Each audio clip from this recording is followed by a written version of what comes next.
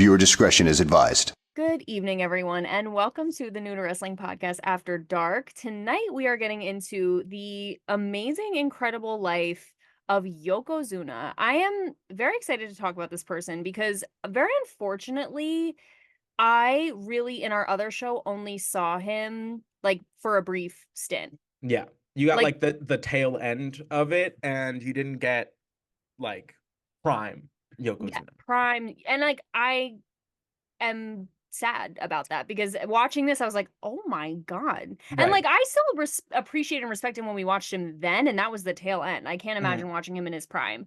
Right. But yeah, so if you're joining us tonight, we're gonna get into that. We watched the WWE Icons show. It was season 1 episode 1 on Peacock. So if you want to watch along and join us in this conversation, please do. Also, by the way, I am Kelsey, your host. This is my best friend Xavier. If you're new here, welcome. Welcome. So yeah, tonight we're gonna get into Yokozuna. I'm excited. So Yokozuna his real name is Rodney Anoa'i. And I'm sure all of you are familiar with the Anoa'i family because they span the wrestling industry like a blanket. They are everywhere. Yes. And they're all incredible. They're all like the most iconic, gentle, wonderful people. It's like I'm starting to believe that like kindness is genetic. Like I don't know, because they just all seem so genuine and lovely. Yeah. So Rodney was born in Carson, California, or at least he grew up in Carson, California. We meet his sister, and I'm so sorry if I mispronounce this name. But it's his sister Elevera. Elevera. I'm just gonna say Elevera. I'm so sorry if I'm mispronouncing it, but Afa and Sika, that is his sister, and she says Rodney was always a very special person. I knew that I was always protected, and he took a lot of responsibility as the older child when his parents were working. And then we meet Rikishi, who is Rodney / Yokozuna's cousin, which I am so excited because I have not really seen any of Rikishi, but I know how much. But I have, but not real, but not as Rikishi. No, he is not Rikishi yet. Yes, he's the Sultan currently, which is crazy. Yes. I can't even fathom that at this point. And obviously, this episode was about Yokozuna, so we didn't even like talk about the fact that Rikishi was the Sultan at one point. Like we didn't even get into it. But it is like literally impossible for me to take in my brain at this time. Yes, but they are cousins. And very close, and he has some of the most like beautiful sentiments throughout this whole episode. I loved. Yeah, amazing. Rikishi's also the father of the Usos. Yes. Just so okay. I literally, please know that when I am done with this, I am going to be drawing up a family tree because I need to try and understand. They already have it. So yeah, because they post it like in the back, right, when they were doing the whole like Rhodes. Roman Reigns like storyline situation. Yeah. So they have and they had it at like the fan expo thing that I worked at. They had it like blown up, like huge. I want they had an entire like bloodline exhibit, I guess, where you could see like a bunch of their like stuff. And I just want to say I can 100% understand why that storyline is fascinating to people, like the Roman Reigns storyline, because it captured me even just watching this, which is Yokozuna is almost like he's not the origin, but he's like a huge piece of it. He's the one that kind of takes them like into like a more like prominent role. Where they're now seen as like outside of like tag teams and specific things. So he's the one who kind of like brings it forward. Right. Roman Reigns, I think, says it at the end where he's the one that took us like to champion status. Like, but anyway, we meet Rikishi. And he says where Rod grew up in LA, it was a rough neighborhood, a lot of gang violence, but his dad was in the Marines and he did not play. Like he was a real like straight shooter. He did not let his kids get out of line. And he said if Rod ever stepped out of line, his dad would whip him right back into shape, but in the good Samoan way. Yeah. And Elevera says he was a good kid, but he was skipping classes, which I love this iteration of a human being that like exists and people never speak about. It's like the person who's actually a really good person, they just like do not like give a shit about school. And they're like, Yeah. I just know this is like, cause she's like, he wasn't a bad kid. He just didn't go to school. Like he was Right. not about that life, but he was like one of the best people I know. But it's crazy because he said she said their parents didn't find out he wasn't going to graduate until the month he was supposed to graduate. Right. The way my parents would have skinned me alive if the Alive. month I was supposed to graduate, they were like, just kidding. I missed like 70 days of school for Right. funsies. Livid. Yeah. Livid. But they didn't want him sitting around the house, so that's how he ended up spending time with his uncles, who were the Wild Samoans, who Yes. are Afa and Sika Anoa'i. Right. And they were one of the most notorious tag teams of the 1980s. They, first of all, Yes. beautiful people. This Mm-hmm. whole episode is filled with just beautiful people. Mm-hmm. And they had a wrestling operation training facility called the Wild Samoan Training Facility in Pensacola, Florida, and Rodney joined several of his cousins in the family business. So it was like run by his like incredible uncles, Afa and Sika, and they were just like having this insane training facility with like him and all his cousins. Yeah, it was like Samu, Rikishi, and Rodney all Amazing. came up like at the same time. We're training together. I was saying to Xavier before we started, I was like, honestly, like I wish I was in a family like this. That Like, runs this deep. yes, because I was like, they're so big. There's so many of them, but they all seem to genuinely root for one another. And like, you never know what goes on behind closed doors. You never know what's actually going on or whatever. Mm-hmm. But like the way they seemed so genuinely to care about one another and like know each other. And like, even there's a part later where like Yokozuna, they're talking about how his nightly phone calls is like he Mm-hmm. calls basically everyone to like tell him how his day was and like Yeah. every member of his This family. sounds Like like they're my family. Like this sounds like really? pick up, yeah, my family. My father on the drive home from work calls everybody. My grandma is more social like via the telephone than I will ever be. She's got mad friends all day long. She's calling Blanca, she's calling this one. She's got 5 kids. She runs through the list. Like it's just very like that. And it's just a very like um it is very unlike American families in that it is very community based. Like Yes. very, very like it is like the good of the many is kind of taken kind of far above like the interest of yourself, which is a not American concept. Like so I know, and I kind of love it because not like the American concept, like having the good of the culture, the tribe, the mhm, community, like all of that being like the health and the the wellness of the function, the family. Yeah. wellness, like all of it is just so essential and like you just Hmm. support each other and lift each other up. Like I wish, and I feel like this is like going to be me in the future because the way I will never answer a text message, but you can call me anytime and I will answer. Like Mm. I'm so much better at like answering the phone than I am answering a text message. I'm like so old school. So the way I would run through, Hmm. I feel like that's gonna be me when I'm old and gray and just running Yes. through my list of phone Hmm. calls, Hmm. Can't wait. gossiping.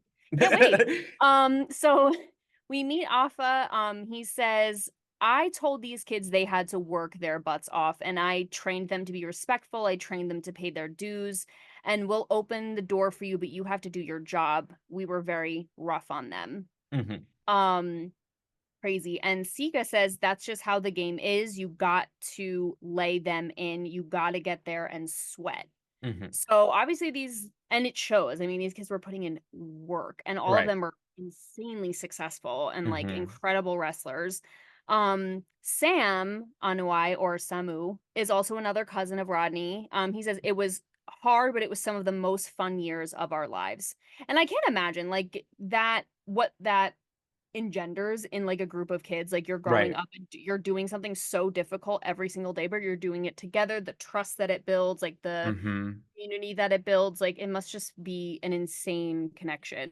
And I imagine it must have been important for like the Wild Samoans to like not just uh to make sure that they earned it, in terms of like not just using the connections that The they have name. already built with Vince. We learned later that Yes. they have a very good relationship. Right. Mind you, like Vince and them were like essentially like the same age when Vince takes over as like the owner of the WWF from his father. Mm-hmm. So he really is like especially at this time on like a much more friend peer level with people than he is like later on. Becomes Right. very much like the authority. And we see that we talked about that during like the steroid trial when it like in terms of his friendship with like Hulk Hogan. Mm-hmm. It was just like the Wild Samoans were really good friends with Vince, but instead of Mm-hmm. just exploiting that and being like, "Hey, like I have all of these, whatever," they were like, "Oh no, you're gonna earn it." Because, yeah, if I'm coming to you, to my boss and my friend with you, you better Right, like live up to it's like I rarely ever recommended anyone for a job where I worked. Like any of my friends. I was like, unless you guys are actually gonna work here, you can't come here because no, like my reputation is at stake. Like my right, relationship with my boss is now at stake. Like hmm you're not coming here unless I think that you can definitely like bust your ass. yeah, honestly, Cause so I get it. I completely hmm get it. Rikishi says, we all became very, very close. Afa and Sika were like fathers to us. And when I say Rodney loved professional wrestling, he loved professional wrestling. Like he enjoyed it, he thrived, he just found a lot of joy in it, like just loved it. Then we meet Lloyd Anoa'i, who's another cousin. There's a lot of cousins. there's a lot of cousins, yeah, And he said Rodney started doing the independent circuits as Coquina Maximus. hmm And as big as he was a natural mover. He was like extremely athletic, which we know. Like just right, even watching him the few times that I did, I was like, I remember talking about this and being like, he is just like something to behold. Like right, he is so agile for somebody so big. Um and Afa says, we saw his potential and we knew that with the right discipline, he could do it. He could take it hmm there. His sister says, I was so proud. It felt like he was accomplishing something with his life. And in 1987, at the age of 21, Rodney and his girlfriend have a daughter, Kaylani. And then the following year, they have a son, Justin. And Lloyd says that was amazing for him and he was a great dad, but it really put the pressure on him to succeed. right, Like to really um I think Oliveira says like he was a dad and that all he knew was wrestling. So he knew that's what he needed to do to take care of his kids. Like at that point, he doesn't have a high school degree. He doesn't have any other prospects as a job. Now he has two kids, and wrestling is the only thing he knows, is good at, and likes. And so now he like has to make that his meal ticket to support hmm his family, right, which is like a story we hear with so many wrestlers where it's right. like this, okay, well, now I got to take this all the way because this is My what's going life to pay now, the yeah, bills. hmm Yeah. So, we meet also Gerald Briscoe, who's a hmm WWE Hall of Famer. And if Um, you notice, he's always one of the stooges that comes out, like to like stop a fight. oh, I Harold didn't know Briscoe is that. always one of them. I feel like I recognize some of these people, and then some people I was like, I Yeah, literally, yeah, yeah, yeah. And then Bruce Pritchard, like the executive director, still there to this day. yep. So, also has kind of it is unclear how much he knew about all of the Vince McMahon nonsense that's going on. Mm, So the jury's still uh-huh. out on Bruce, Well, but it's so funny you say that because I like could not get a read on him. And because there were some things he said that that were almost like a little nasty. And then he would kind of come back and be like nice. And I was like, what are you? I can't get a What is read your on you. flavor? Like, Yeah, I really couldn't. And like, because there were some things where I was like, oh, is he just saying that as a professional? And I guess we'll get into it. But is he mm, just saying that because he's was a professional in the business and this person was like one of his employees and he felt some type of way about it, or he's just like kind of being a dick? And then he would like say Yokozuna was one of the greatest people he ever knew, and I was like, mm, which isn't? right. Which isn't? He really threw me through a loop. Really threw me Hmm. through a loop. But Gerald says the Wild Samoans went to WWE and said, I've got this really big guy. And at the time, we really liked big guys, which we Hmm. know. Right. And then Bruce says, we took a trip and saw Coquina and thought, wow, this guy has it all. We asked him to come for a tryout and you couldn't help but be impressed. I mean, he was just incredible. Hmm. Rikishi says he wanted to go to the WWE. We all did, like that was the dream. And Rodney gets the call to go in with Big Sam as the head shrinkers. Right. But this is crazy, and I feel like it's one of those moments where it's like, it might make me believe in destiny until, Mhm. like, real life gets in play, and I'm like, I don't know. But, like, one of these it's just a weird thing that ends up working out for everybody involved. Um, Yes. Rodney, and this is so bizarre, gets a cut on his leg, and it gets so badly infected that he can't make his debut as one of the head shrinkers. So Mhm. Rikishi steps in and does it with Sam instead. Right. Um, then that was in July of 1992, and Rikishi's like, he literally opened the door for me. Like, this random freak thing, like, is the reason I, like, kind of really got to step into WWE, Right. which is crazy. Mhm. And then in September, it was September 1st, 1992. It was a non-televised match, and Rodney debuted as Coquina Maximus. Um, or it was Coquina the Wild Samoan. Like, they kind of went in this, like, the It's same Coquina, Samoan. like, moniker changes, like Yes, fully, like, mhm. nicknames out the wazoo, but it wasn't working, Right. and so then we meet Sergeant Slaughter, which is a hysterical name, love, Yes, yes, yes. so funny, WWE Hall of Famer, and he said Vince came to me and said, "I like, you see that guy over there?" And he's like, "Yeah." He goes, "I mean, he's a hell of a talent." And Vince is like, "Well, now I got 7 Samoans, so, like, what am I gonna do with him? Like, because, I can't just keep running the same gig." Right. And apparently Sergeant Slaughter is the one that suggested the sumo wrestler, Mhm. Crazy. allegedly. Right. And they have Vince in this episode, which I'm just gonna say this, and I don't feel bad about it because he's a terrible person. Aging like milk. My Mm. God, he is Oh, ugly. yeah, yeah, yeah, yeah, yeah. Sorry, I don't even feel bad about it. Even if he was the Mhm. greatest person in the world, my God. Like milk. Milk, curdled, Mhm. smelly, That's what happens when horrible. you, like, literally sleep, like, 3 hours a night and are a terrible person. You age It's like worse than milk. the presidents, I really think. Like, the president of the United States, there's that thing where they age like 10 years Yeah. within 4 years or like longer, Right. whatever. I mean, he looks bad. Anyway, It's but okay, he looks worse now, so I believe it, but and it's I because he can't started dyeing imagine. his hair and he grew, like, a gross mustache, like, not like, I love my mustache. Well, His your is mustache is gross. great. Gross. I don't, he looks like a skin tag. Mm. Well, I can't unsee that. Sorry. If I have to think of it, you have to be a part of it. That's fine. Get in my brain. It's horrible It here. isn't the best friend contract, I understand. Okay, thanks. I hate it. So- Amen. um, but Vince hears the sumo wrestling idea and he goes, "Oof, I actually like that, and I think that could work." So Yokozuna, the name literally means grand champion. Like, in sumo culture, like, the Yokozuna is like the top sumo wrestler, Mhm. around. And, like, so, which I love. I love that the name I love when names actually mean something. Like, Right. let's just put in that teeny bit of effort to, like, make something mean something. So Right. incredible. Um, and then we talked to Roman Reigns, who is yet another cousin, Yet another and cousin. yet another. And he says, "It was the first time I saw one of my family members depicted larger than life outside of being a Polynesian savage, essentially. Mhm. Like, to step outside of the box of just being like the wild Samoan or like The head whatever. shrinkers The or yeah. head shrinkers, this like tribal, like, you don't know what they're gonna do. Like, it was more like, it was just a totally different Mhm. avenue. And Rikishi says, "We were so confident in the training we got from our uncles that we knew any character you threw at us, we could make it come alive." And I Mhm. mean, Not like, wrong. not wrong. I mean, when I first saw Yokozuna, I didn't believe he wasn't a sumo. I was like, that's 100% sumo wrestler. That's crazy that they got one of those. That's Right. wild. Yeah. Yeah, yeah, yeah. like I did not for 1 second believe that's not what he was. Yeah. And that's because What? he was so, like, just into it. Like, when he was out there, he was present. He was in it. He was in it, and I love that about him. So they pair him up with the manager, Mr. Fuji, who'd Mhm. been wrestling since the 1960s, Mhm. and Sam Fatu, who's the Tonga kid, another cousin, Mhm. says Mr. Fuji's the one that taught Rodney about the business, like the ins and out of the business. Like, his uncles taught him like the wrestling, like the culture of the moves and the partners and the, all of that. But then, like, Mr. Fuji taught him like the business side of it. Mhm.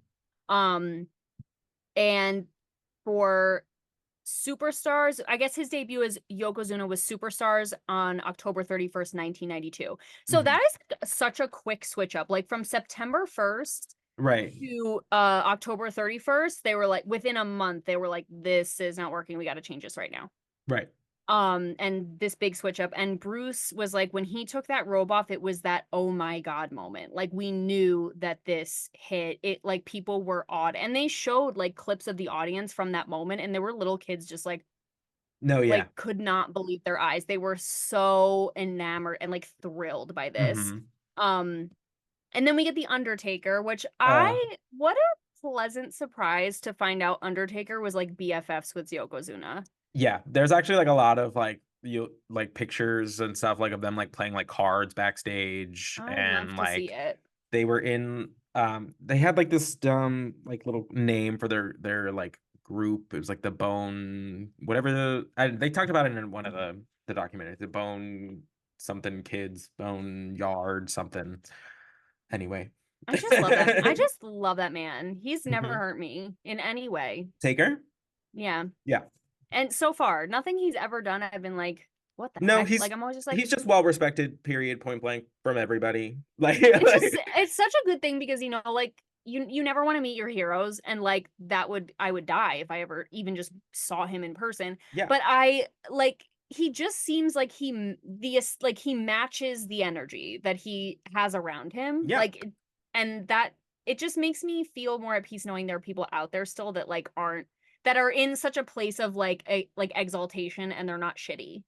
He's like oh no, I agree.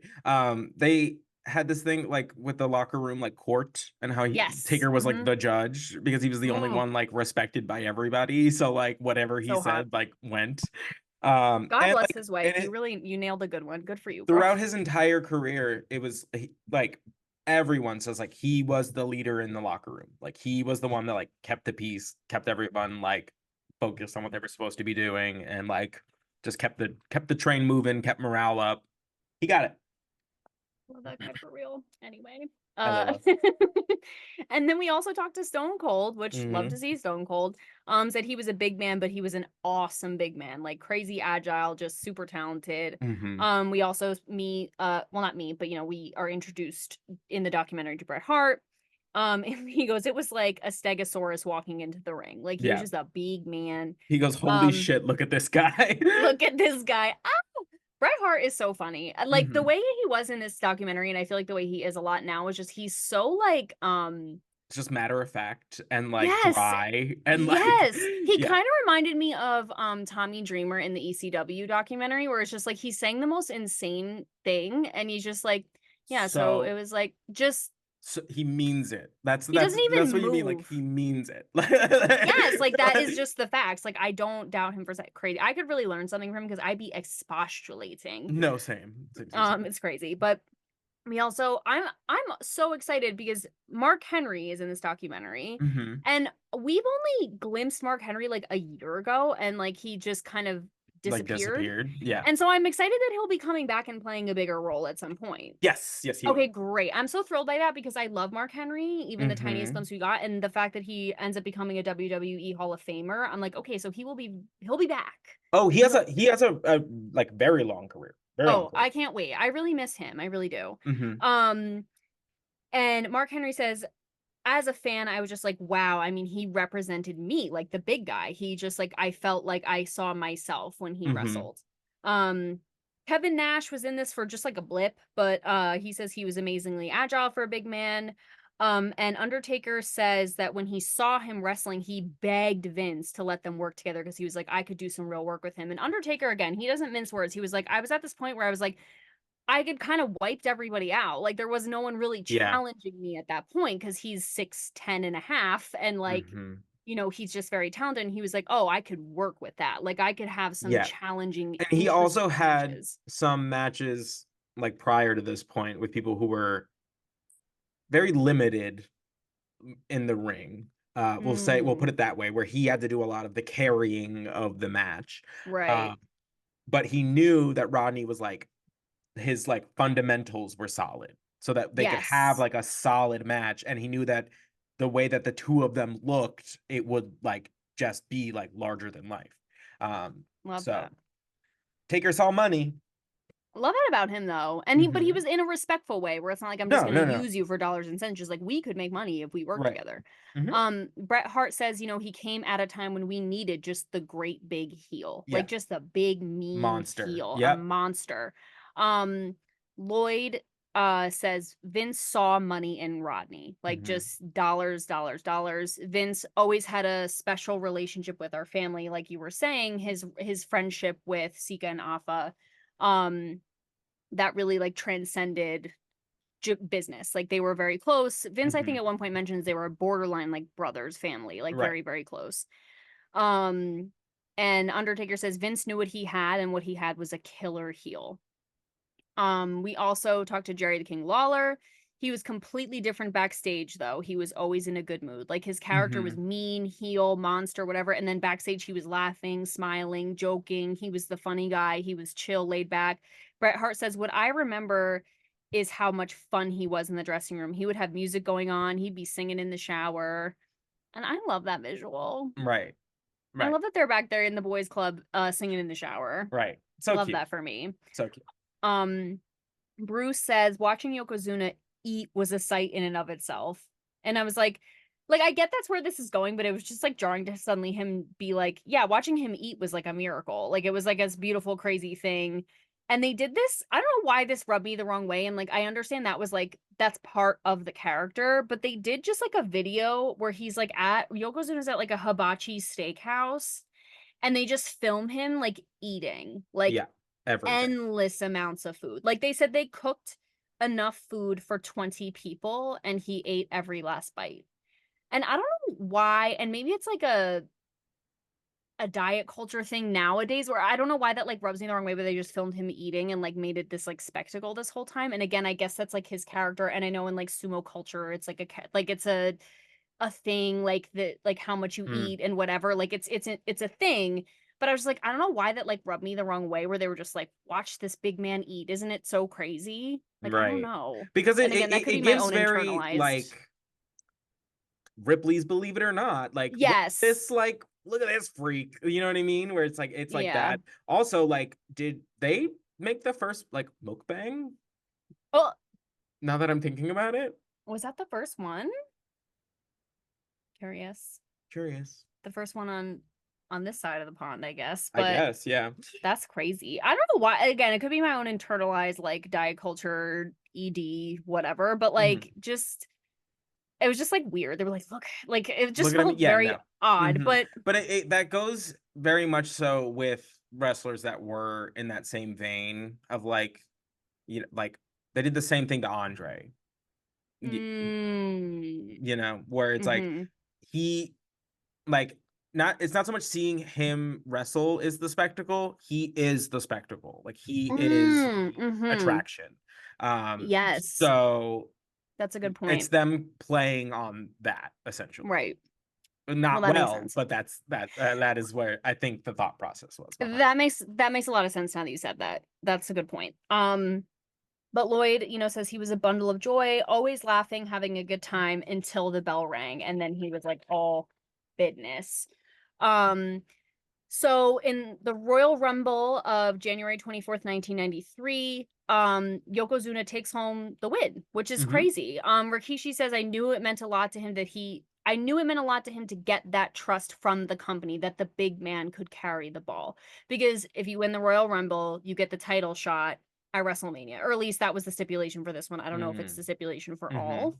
But he was going to get the title shot at WrestleMania, which is crazy. Mhm. Um and so he was going to be competing for the title against Bret Hart at WrestleMania 9. Rikishi says it was a huge day for the family. Everyone flew in from all over to support him. We must have been 200 strong. That's I crazy. believe it. He I said that believe it. with no exaggeration. I know he meant that. No, no, yeah. They were probably like vanning their family in. Like just like And I'm into that. Again, no. I love it. I love it Mhm. because that's what I'm saying. The support feels so genuine and not like, oh, not even like that pick me energy of like, oh, like my third cousin is like gonna be, we should like go No, like no, get no, our toe. like, they all Legit just, like support. it's like I in, like, my family where it's like, There are no like first, second, whatever. Just cousins. Like you're just family. You are just family. Like we don't qualify. We don't do half. We don't do whatever. We don't do step. It is just family. I love that. I think that's the So best I think ever. that's kind of like the same kind of like vibe where it's just like, oh no, like one of us is doing well. Let's go. Like yeah, so we have to be there. right. Obviously, I love that. Like it's like if one of us do well, we all do well. Like his win is our win. Like that is how that works. Yeah. Everybody eats. It's the same energy of like, I love when people have like 60 people at a graduation. Like I love where it's like, oh, well, your cousin's graduating, we all gotta go. Right. And it's just like I love that. And no, I agree. Anyway, so Roman Reigns says it was bigger than the Super Bowl for us. Like it was a crazy day, like literally just the most immaculate vibes in the air. Seeing him send endorphins through my body, Rodney was the man, and you could feel it in the air that like this was big. This whole thing is so crazy. Bret Hart says there was supposed to be a part A and a part B of like the match, like you know, in terms of the moves and the flow, yes.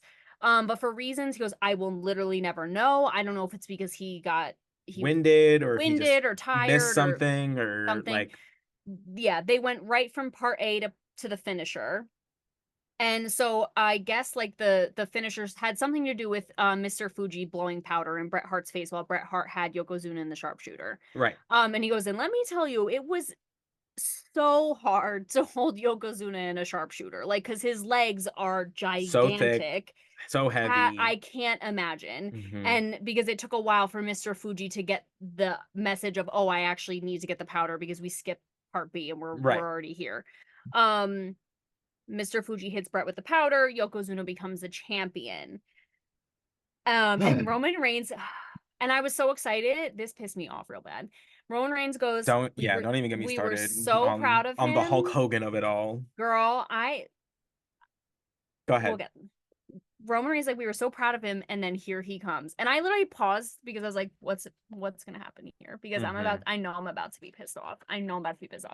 So Hulk comes out and he's like, oh, he's helping Bret Hart, la la la, like get off the stage or something. And for some reason, Mr. Fuji's like, oh, Hulk, like, we'll put our brand new belt on the line if you just get in here and fight Yokozuna. Like, just get in here and fight him. Like, nah. And so what essentially happens is Hulk gets in there. He's like, oh, who, me? La la la, who, me? I'll get in there. He gets in there, and there's like a mishap with the powder again, where Mr. Fuji goes to blow the powder and at Hulk and hits Yokozuna, thus enabling Hulk to get the win, and Hulk becomes the champion. Right. Outrageous. Disgusting. Outrageous, but so true to form as far as who Hulk Hogan is. I hate because him. This energy, it's fine. Lots of people do. That came right out. Sorry. Lots of people do. This energy, disgusting. All of this, he takes to WCW and puts it in writing that he can just like say yes or no to the finish of his like matches or what he's involved in, or he puts creative control. Basically, the relationship that he had with Vince allowed him to manipulate himself into this scenario, much to the chagrin of Bret Hart. First of all, I'm sure Yokozuna was not pleased, like in the grand scheme. Like, granted, he's young in his career. Like, I'm sure there is like an energy of like just happy to be here, but you just won the belts. No. Just to give it to some guy who's just been established for however many years and just wants the belt on him. No. Like, that is, I cannot, this is the thing about Hulk Hogan that makes me rage, is that, yes, he was like, what he did for wrestling, we will never be able to take away from the man. Never, ever, ever. He was the one who brought it from regional things to a national platform and made it popular. Like, made it like pop culture popular. We'll never be able to take that away from him. But And what we're gonna watch the Who Killed WCW pay-per-view. But this energy of being like self-serving is just truly just who he is. Hate it. He truly believes that the best case scenario for wrestling is that if Hulk Hogan's on top always. So they like go into this whole thing where it's like, oh, it was going to be like Hulk Hogan's like farewell tour. Yeah, So we yeah, thought it yeah. would be like beneficial to like have him like have like the championship or whatever. And you're like, first of all, you just had a whole steroid trial Oh, where this man is at the center of it all. Um, and you're trying to like steer away from him and the people that were associated with that whole thing. So you start this whole youth movement with like Bret Hart, like Yokozuna, like all that good stuff. You start all that just to give it back to him. Like what logic is this? so What shitty. logic is this? And then he takes this in his head is like, oh, like I have like control like that. Okay, he takes it in his head. So when he like f's off to WCW and he's now dealing with a much younger, much more inexperienced like showrunner in Eric Bischoff, right in my back pocket, right in my back pocket. Any decision I want, I'm just gonna make sure that it's Eric, come here. I want to do this. Horrible, horrible. It's It's awful. so self-serving. And it's It's just like, awful. and to take that moment away from somebody who is like just like worked their ass off, like trained, put in the work, and is finally given the opportunity. And then you just go, no, no, actually, that's for me. I'm gonna come out on top. Like, how shitty. So horrible. So horrible. There were so many things about this that pissed me off. I literally had to take a break. I was like, I have to take a walk. Like, it's Right. like, this I made get me it. so mad. Because, like you said, Bruce Pritchard seemed irritated by this. Like, he seemed like he was pissed off that this happened. Because he says, like you said, our plan was for Yokozuna to win and be the champion for a good long while. Right. And that changed the weekend of WrestleMania. Brett says the night before, the literal night before Yes. WrestleMania, he gets a call from Vince and says, "This is what we're gonna do. Hulk is gonna get challenged for the belt immediately by Mr. Fuji." And Brett literally goes, "I felt like putting my finger down my throat." Yeah. Period. He's like, Period. I literally felt like making myself vomit. It was so right. horrible. Right. And like you can tell because basically like Because Hulk it when does he's so many things. It Why did we have Brett lose the championship in the first place? oh, If we're just gonna give it to somebody who's gonna lose it immediately. So it it's tarnishes out Brett's championship reign because it just goes, absolutely. oh, he just got beat by somebody who got beat in 10 seconds. You know what I mean? So it looks bad for It's Brett. It outrageous. looks bad Yeah. for Yokozuna. And it honestly looks bad for Hulk because he had no business being there. Like he had no part in this storyline whatsoever. So it's like it doesn't work. It doesn't work, and it was obvious to literally everybody because they were confused. Horrible. It was terrible. And then this really gagged me. Then they have Hulk on, and he's like, "Yeah, it was my idea." But he seems so it pissed me off because he seems so proud of himself. Like, Always. yeah, this is what the people wanted. Like, yeah, it was my idea. I called Vince and I was like, wouldn't it be cool if XYZ? And he's like, and he act like sorry, I'm like really ripping into him, but he acted like he was so busy in his life. He's like, I don't even remember why I was leaving. Like, oh, I was probably gonna do like a movie or like, the Thunder Show Whatever. or whatever he does. He goes, I can't even remember, but all I knew is I was leaving, and I just figured like the belt and la la la. I was like, That's the gag with you, all of them. All of them that like ugh. that just like don't want to hold on like to like don't want to hold responsibility for their shitty decisions that they made throughout their career. Oh, like I can't quite remember like what happened. Like, I can't. I was off to do this, explain the Right. like I you he is so lucky. He's so lucky that Yokozuna is the person or was the person that he was, and he took that with so much grace because Right. that's crazy. And I'm sorry, like fuck that. Even though, no, honestly, because it That's doesn't like so it's horrible. It doesn't it's make any. horrible. It didn't make any sense. it just made everybody look bad. It was confusing to the audience, both there and at home. Like, it was just like, oh, okay. And then what did you give the audience? Oh, a title run with this dude that we've already seen 100 times. like 100 times. And he's leaving. Why am I putting the belt on him if he's leaving? I don't care. Like, whatever. It's so stupid. Either way, it was the dumbest thing. Literally, Brian Pritchard goes, hindsight, wouldn't have done that. Right. And I was like, that's what I'm saying. And I'm saying, I don't think he wanted to do it in the first place. Because even when he was describing it, he seemed so irritated by it. He was like, yeah, well, I wanted to do this. And we ended up doing this stupid thing at the last minute. Right. But apparently, Yoko was happy either way you looked at it, because it made him, he was a champion for a minute. He had it. And apparently, I was like, this is so funny because I've asked this question 6 million times and I've never once looked it up. But I think he is the shortest reigning champion. Because, like, I was like, oh, there are people who switched within, like, 24 hours. Yeah. He was the shortest reigning champion. Like, he literally lost it within, like, 3 minutes. So I was like, that. For now, yeah. Well, at this moment, yes, at this moment in time. Because I was like, that, I always wondered. And I'm like, well, I'm glad I didn't look it up because it would have ruined this. And this, I needed to be, like, freshly angry about this. I get that. So then I guess they fight at King of the Ring, June 13th, 1993. And like they had a match and like a rematch for the championship belt.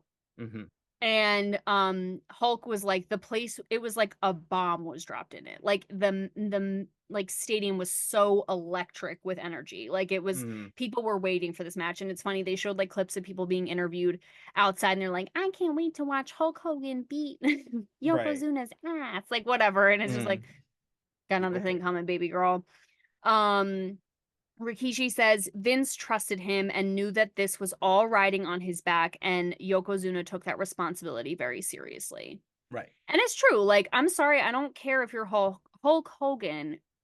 Like, it's just as much of the heel you're fighting that makes you look good. Like, and Yokozuna is an insanely formidable opponent that made you look excellent for your little farewell tour, your little minute of whatever that you needed. Hulk says it was a pleasure to work with him and hopefully it gave him a platform to get to the next level.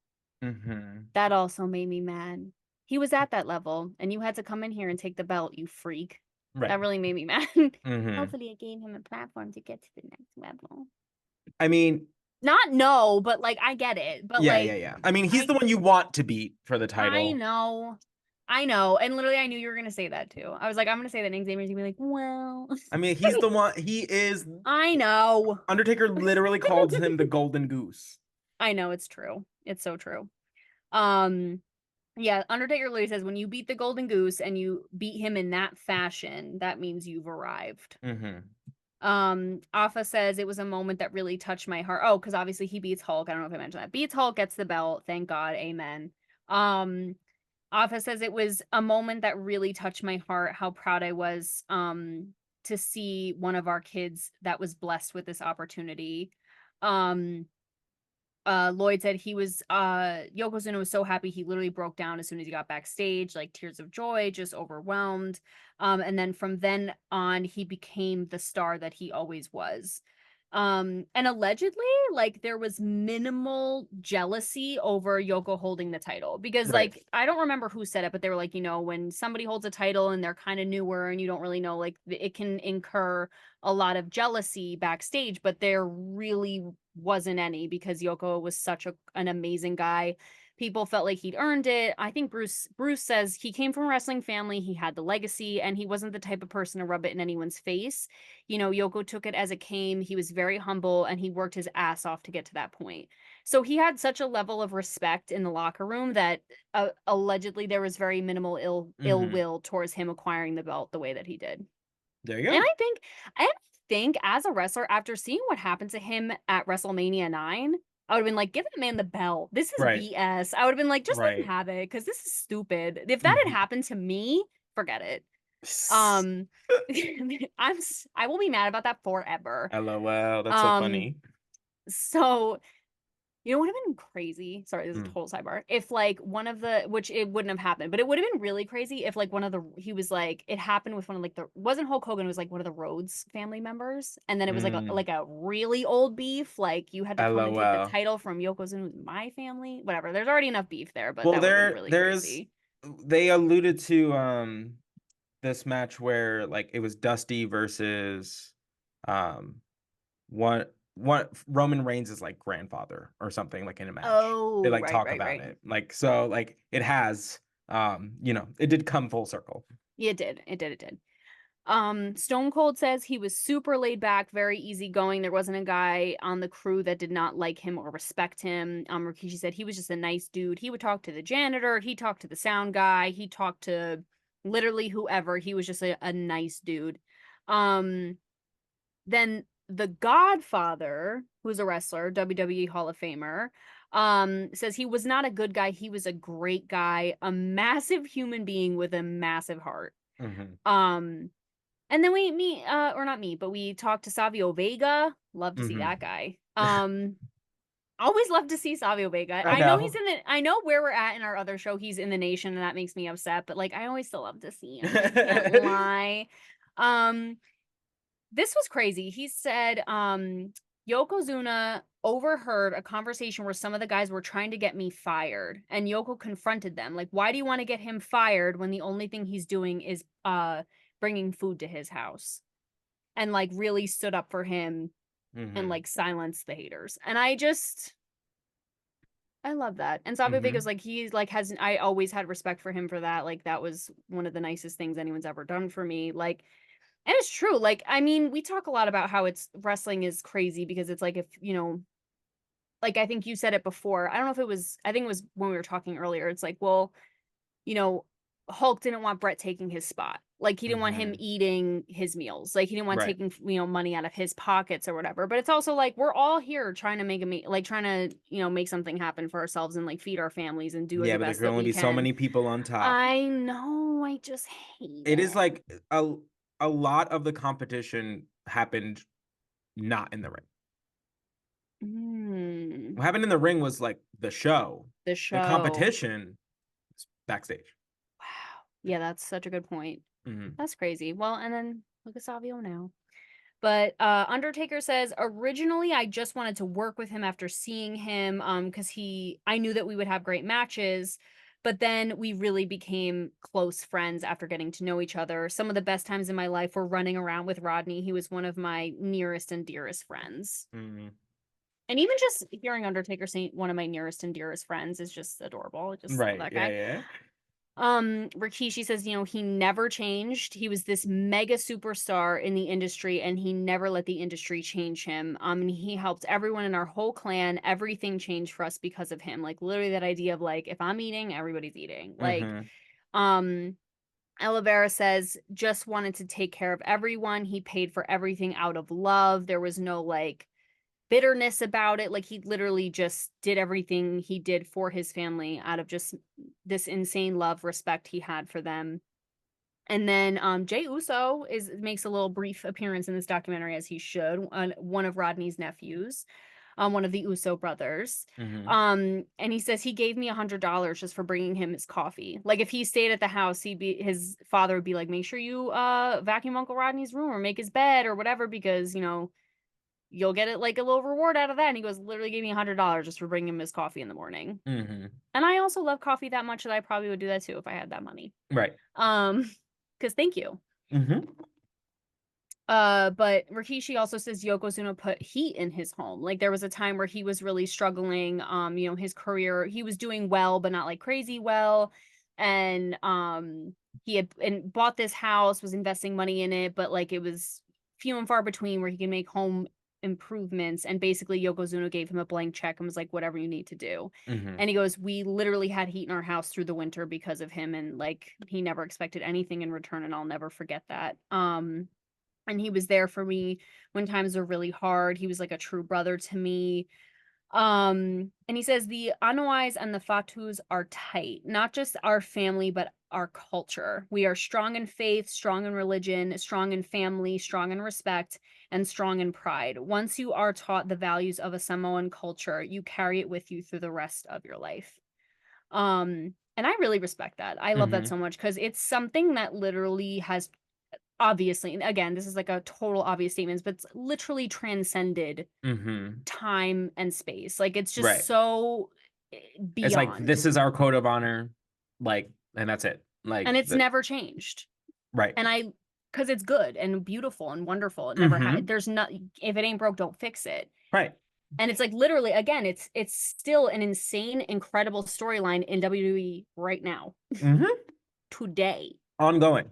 Still ongoing. The Bloodline story is still going on. Still going on. And not just in WWE, but like just Samoan culture in general. Like just it's just this insane, powerful, incredible, beautiful thing. Now Afa says another thing that we taught was because you know, they talk about how what an amazing father he was, and Afa says another thing that we taught is you leave your character on the road. When you are home, you become dad. You are just dad, which I love. And then Kelani, his daughter, says he was awesome. He was my best friend. Justin says when he couldn't drop us off at school, he would send a limo. Like he just really wanted like us to enjoy everything life had to offer. Rikishi says when he was home, he was the Rodney we all knew, but when it was time to be Yokozuna, that's when you saw that face kick in. And he does that like that face. The mean mug. God, that mean mug. So good. So in 1993, at 26 years old, Yokozuna was the youngest champion in WWE history at the time. Yeah. So crazy. Jerry the King Lawler says he was so believable as the champion. You were like, who could possibly beat him? And this is a question I feel like we ask ourselves on the other show too. It's just like, who could possibly dethrone The Undertaker? Or like, even when I was like, who's going to take out Shawn Michaels? That's crazy. Like, you always wonder, but as Yokozuna, like, I can't imagine. Like, you're just like, I get it. Like, how could you possibly imagine anyone beating that person? It's wild. And we get a little message from Jim Cornette. Also, he makes his appearance in this because he was Yokozuna's manager at one point. He says, you could buy that this guy could beat the shit out of The Undertaker, because The Undertaker obviously was one of the superstars of the time, and they had such amazing chemistry together. And like, this was a person who you actually believed was legitimately fighting with The Undertaker instead of The Undertaker just like wiping their competitor out. Right. Undertaker says we had really good chemistry together. It was magic. And he knew how to work his gimmick. So Yokozuna was WWE champion for 280 consecutive days. And in 1994, he would defend his title against Bret Hart at WrestleMania 10. Right. Crazy. So it's like back-to-back main events. Yeah. But they're gonna do it right. Thank you. So Bret talks about this, and I always wondered about this and like felt this in my spirit, but Bret says there's always some heartbreak when you lose the title, and if it doesn't hurt you, then something is wrong with you. And I can imagine that. Like, I can imagine, I can't really, like, getting the phone call and it's like, that's about that time.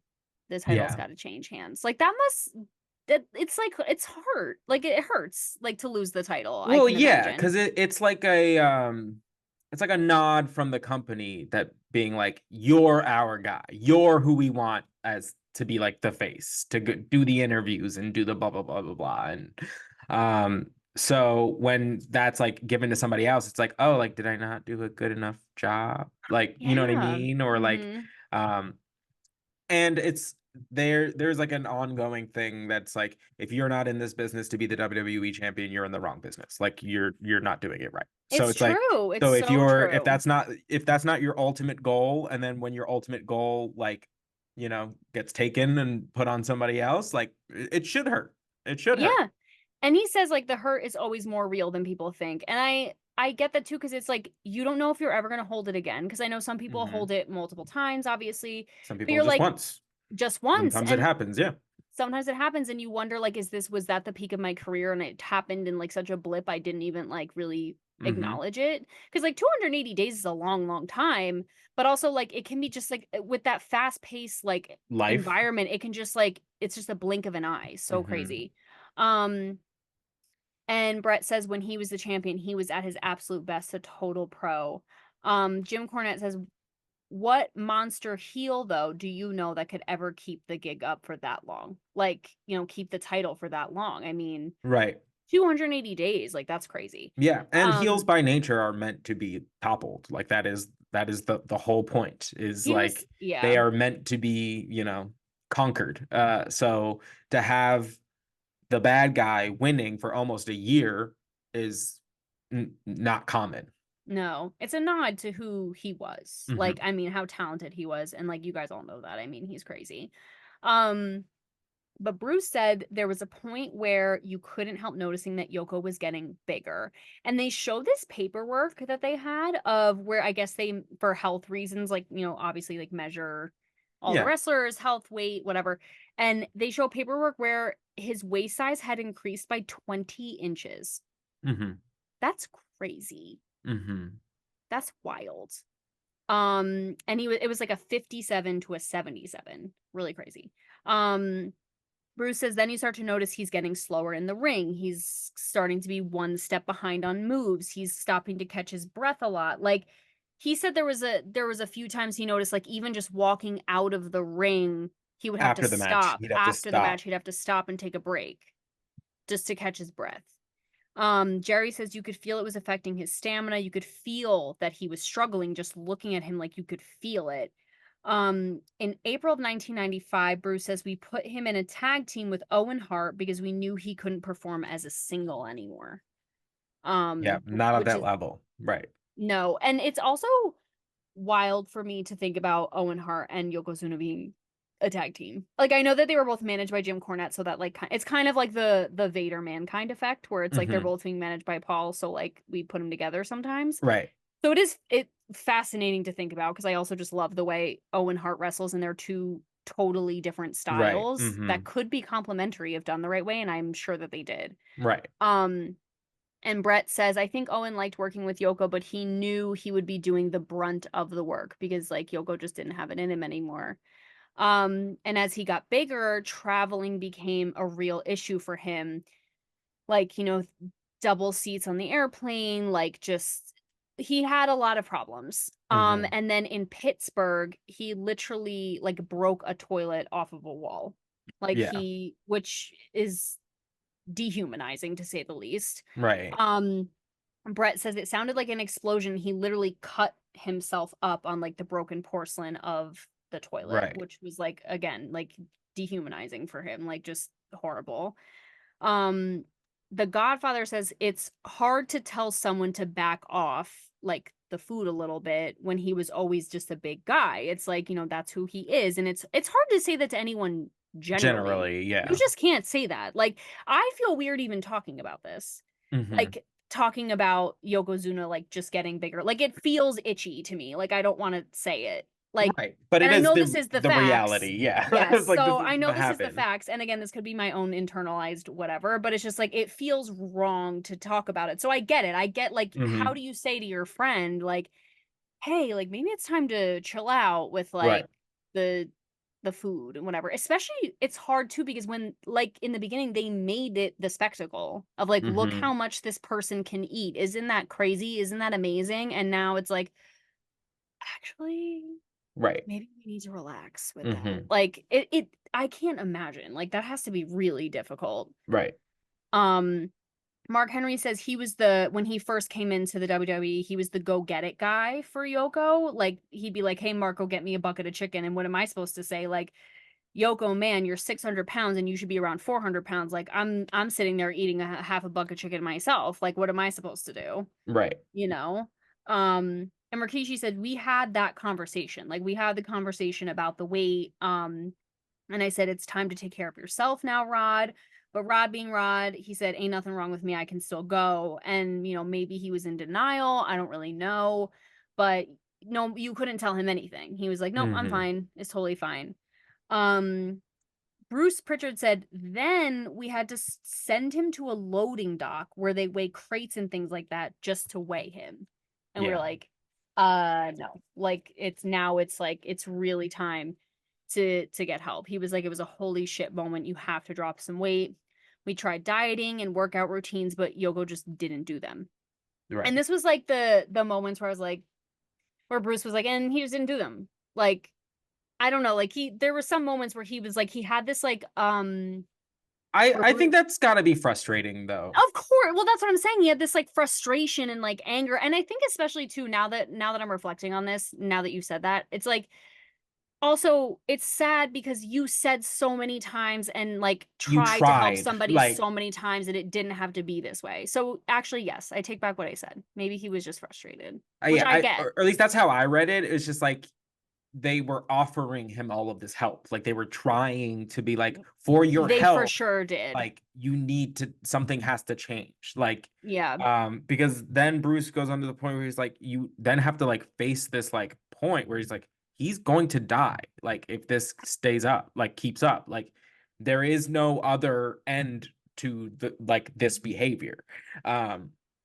So that's Which crazy. really crazy. And they show a video of him being taken out of the ring with like a forklift because he had injured his ankle and they like couldn't get him on the stretcher. So they like literally had a forklift or like a thing like come in and take him out. And they, like you said, they really did. They tried to help him. They were going to send him to Duke University where they had this like weight loss program thing and he wouldn't move. So he was like, oh, I'll do it at home. He was off for 3 months and he came back bigger than ever. Yeah. And Rikishi starts noticing him doing the nodding off thing, which now if you know, like If it's you just don't know, it is a side effect of sleep apnea. Fun fact. So it is a common problem with people that are like pretty overweight. Though their weight literally cuts off their oxygen supply while they're in sleeping or like in moments of rest where they're not in control of their muscles. So what ends up happening is they throughout the night are essentially being woken up by them suffocating, which means they don't ever get a full night's sleep. So what ends up happening is they end up like becoming obviously like exhaustion and fatigue will set in. So from that point, they will start like just losing consciousness because they're so tired from not being able to sleep because of the sleep apnea, because they're just not their weight is too much that they can't even breathe. wow. Essentially. Yeah, they're like suffocating themselves. Yeah. Like it's wild. And like Savio Vega tells that story where he's like, we were in the locker room and he literally was like choking and like couldn't come up for air. He like couldn't breathe. And Yeah. it happened like multiple times. That's so crazy. And Bruce, like you said, says we're faced with this horrible thing, like where he's gonna die. And I said to him, like, please don't do this. Like, forget about the business. Think of your family, think of yourself. And he thought he was fine, and he just was not fine. And basically, doctors assess him, give him a physical, and are like, you can't compete anymore. In 1997, Rodney was unable to pass a physical exam issued by the New York State Athletic Commission, and he was then released by the WWE. And it's like their back was against the wall, like they couldn't, like we literally just got told by doctors that you physically cannot do this anymore. You can't. And like you what are you gonna do? And like literally, Bruce says, I think Vince hoped this would be the wake-up call. Right. That Rodney needed to make a change, because if you don't have that thing like the WWE, like you don't have to keep wrestling, like maybe you can focus on yourself, you can go home, you can take time, you can regroup. Or maybe this was like, or like Vince thought, like maybe this will be his like rock bottom. Maybe this will be like the thing that like wakes him up to be like, oh hey, the only thing I like loved doing and was good at, like I no longer can do anymore. Yes. Like, but right. Alas. Which right. Rikishi says, I get why they did it. Like they literally had no choice. They had to do it. And Vince says Roddy was a great guy, but he couldn't give it up. Everyone tried to help him, but at some point you have to want to help yourself, which tale as old as time. Right. Brett says it's tough to try and be normal coming home after a career like that. It's an adjustment. So like after you've devoted your life to the WWE and to wrestling and suddenly you're just home, like it's crazy. And Brett's like, no one ever really talks about that. Like suddenly you're on top of the world, you're so famous, you're a superstar, whatever, and then you come home and it's like go, and it's go, and then all of a sudden it's like you're halted. Like you're just living at You're home. It's sitting so you're sitting it's at home, you're not getting the rush, your schedule is no longer like regimented the way that it had been for X amount of years. Like yep. there's a whole lot of, and then Lord knows what you're going through mentally. Like you just lost your job, you just like, so not a Yeah. great place to be. No, and so he doesn't last long at home. In 1998, Rodney returns to the independent circuits. And what Bruce says is, what was sad to me about Yokozuna going to the independents after WWE was that the myth and the attraction of Yokozuna didn't exist. So for those of us who were friends of his and that really loved him, it was very sad. It was very hard to watch because Yoko became a shell of himself. Mhm. Um, but to his family's credit, Afa says he felt like he let us down, but none of us felt that way. Like all of us Mhm. just wanted him to get better. Rikishi said, I could give a rat's ass about the money. I cared about his health. Like I didn't care that he wasn't, like necessarily like bringing home the bacon every week. Like I just wanted him to be Mhm. well.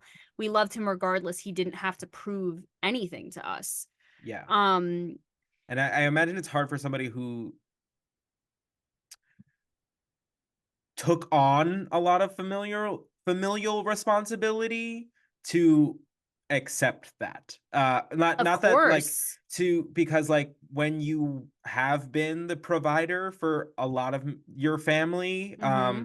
and then all of a sudden that's like eh, all of a sudden through actions of yours, like that's no longer a viable thing. Like it's hard to believe that like people love and support you unconditionally. Like Oh my God. that there are no like uh caveats or transactions or whatever. It is just these people are in my corner regardless. But Mm-hmm. that's not always the easiest thing to make yourself believe. Yep. We Yeah, talk about that all the time. we do fully. In our real waking life. We talk Yeah. about that all the time. So yeah, it's a completely understandable. And this I obviously can only imagine is heightened to the absolute extreme because it's Hmm. like the career in and of itself is full of extremes. So like then Right. to just like I can't imagine. So in 1999 at age 33, Rodney moved to Las Vegas to help start a wrestling school. Um Olivera was saying he was taking in kids that didn't have a place to go. And they were living there with him when they needed a place to stay. And I always looked up to him for that. So he started the school and then he would just like kids who were in bad situations, didn't have anywhere else to go. They could also live at the school with Hmm. him. Which is so sweet. But then in October of 2000, Rodney travels to England for a month-long wrestling tour. So Hmm. it kind of feels like it bummed me out because it felt like the school, I was like, oh, this is going to be the thing that, even though I know the outcome of the story, I was like, oh, maybe this will be the thing that gives him purpose, that gives him like, oh, okay, like Hmm. I have a reason to do something. Like I'm Hmm. teaching these other kids, I'm moving my body, I'm like, helping Right. people and, maybe it like And you I feel like it hoped was for like, like a minute, yeah. well, yeah, his body, yeah. Yeah, because it was like 1999 he started or like went to the school and then within the year he's back on tour in 2000. But it's just Well, like wrestlers that run wrestling schools also tour. Yeah, go I out know. and do But I was stuff. hoping he would just like stay. Like and like Oh, gotcha, gotcha, again, I gotcha. know the outcome of the story, but I was Hmm. hoping like the school would be the thing that like Saves him. yes, like I don't know. Again, I already knew, but I still was like, ah, let this be the thing. Um, but his sister says, I spoke to him while he was in London. He was still the same goofy Rod. He was doing what he did, or he was doing what he loved, whether it was WWE or not. It was his passion, and it's what he absolutely loved to do. Um, and on October 23rd, 2000, is unfortunately when Rodney is found dead in his hotel room in London. Hmm. Um, And so this was what when we were saying before, like he was literally the night before, like he talked to his sister, he talked to his cousin, he talked to his uncles. He literally called everyone. He was like, "Hey, I'm in London. This was my day." Like just did the whole phone call like Right. line. And like was normal, was totally fine, or at least he appeared to be like Hmm. fine. Um and literally so Big Sam says he called saying goodnight, that he was really tired. He just felt so exhausted, really tired, but he was in good spirits. And I said, you need to go to sleep. You need to just rest. Um, and he unfortunately died in his sleep. Like his body just gave out. So Big Sam got very emotional, obviously, because he said go to sleep. And I mean, not that he wasn't going to anyway, but he really broke down because he was like, oh, you're tired, like you need to go to sleep. And like his body was very tired. Right. Afa says the last thing I said to him was to take care of yourself. And then I get the call 24 hours later that he's passed. And his sister says it was devastating. I just dropped the phone and collapsed. And then this moment, this I really got me from Sika. So emotional. He said it was my fault. This really got me. I really felt for him. He said it was my fault. I told my brother I was going to take care of his son, and I'm sorry, brother, that things didn't go the way that we planned for the good of our kids. I could cry right now. Yeah, it was rough. And like to carry that is Oh my God. is hard.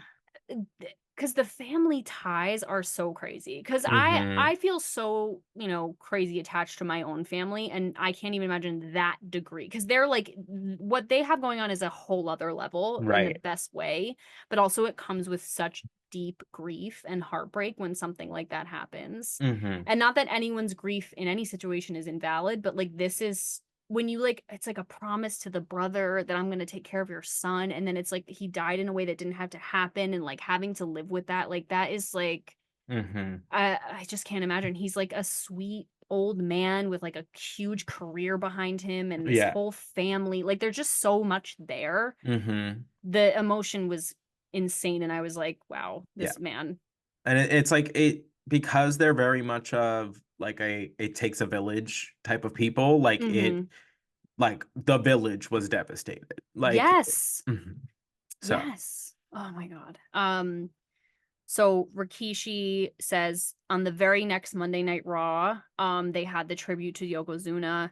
And my body was there, but my mind was not. I was in a complete state of shock and devastation. Mark Henry says, I found out when I went to the arena that night to wrestle, and all the boys were in the locker room crying. And they told me that Yoke had died, and I just broke down because I couldn't believe it. Undertaker says, I was devastated. It was tough on all of us. Savio says, it was like losing a brother. Like, why do we have to lose people like that? And it's true, especially that era. That whole era, I mean, is just fraught with loss devastating and things like that. And Brett expresses how frustrated he was. He was like, it's horrible because it's like, what more could we have done? Like, you know, there you just wonder, like, if I had made another phone call, if I had said that one right thing, if I had done XYZ, like, would it have changed something? And Bruce says Yoko was too young to die, but it was tragic in that Yoko was a larger than life character and that he was actually larger than life. And that is what ultimately took him out. And that is crazy. Like you said, like he was the spectacle for being big. And then it's that being big that killed him. Right. Wild. And it's like very crazy. It's like not dissimilar to like that vicious cycle that wrestlers get in where it's like, oh, I beat up my body, so I take pills and then I do the thing. It's like I am the spectacle being larger than life, but keeping that up is what ultimately, you know, does me in. Like that's crazy. It is. It's such a vicious cycle. The psychology of that is really crazy. And like I know we're not the first, we're obviously not the first people to talk about this, not the last. Like this is not news, but it's just the psychology of that is really wild. Like how that happens, like impaled on your own sword at the end. Right. The thing that saved your life more times than you can count. Right. Is wild. But in about a year later, November 29, 2001, Uncle Afa puts together a Yokozuna memorial show. And this was sweet because Undertaker makes time for it. Undertaker's in this crazy busy schedule. And he's like, well, I'm making time to do that. They like asked him and he's like, I will be there. Thank you. Yeah.